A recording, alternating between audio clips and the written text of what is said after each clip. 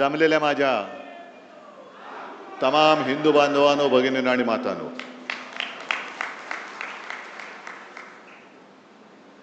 पावसाळ्याची नुकती सुरुवात होते. पावसाळा लांबला होता आणि आपण सगळे ग्रामीण भागातले आहात. अनेक जण इकडे शेतकरी असतील, आहेत का रे? तुम्हाला सगळ्यांना धन्यवाद देतो, कारण तुम्ही तुमची शेतातली कामं सोडून इथे आलात आणि पावसाळ्याची आपण वाटच बघत असतो. कारण एकदा का पाऊस पडला की नवीन कोंब फुटतात. तसा हा माझा पावसाळा आहे. सगळ्या कार्यकर्त्यांचा प्रेम हा माझा पावसाळा आहे.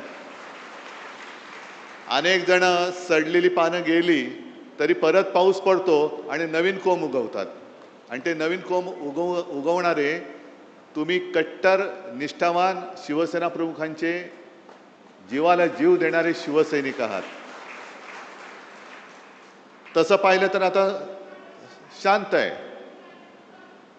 ए जरा कॅमेरामन जरा खाली बसलं तर बरं. कॅमेरे सेट करा आणि प्लीज खाली बसा.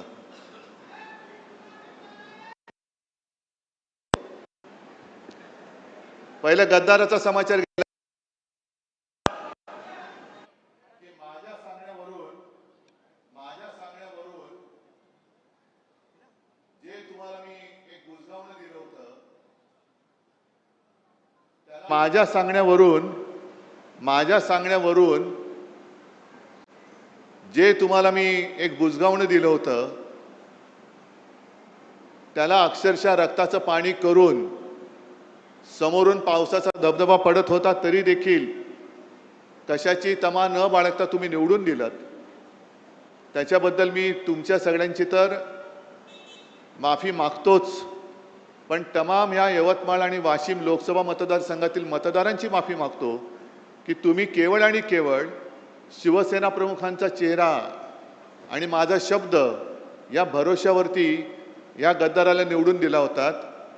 पण आपण त्याला मतदान करताना बोटाला काळी शाई लावलीच, पण त्यांनी गद्दारी करून आपल्या विश्वासाला काळं फासलेलं आहे. आणि याचा जाब विचारण्याचा अधिकार तुम्हाला आहे. जाब विचारला पाहिजे. शेवटी गद्दारांच्या कळपात गेला. आता गद्दारांचा कळप म्हणजे काय की 3-4 वर्षापूर्वी गद्दार शिरोमणी जो बसला तिकडे मिंदे, त्यांनी 40 आमदार फोडले.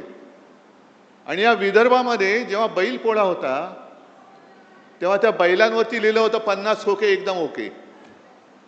आता मला सांगा, तेव्हा आमदाराचा भाव 50 असेल, 50 खोके, तर खासदाराचा किती असेल?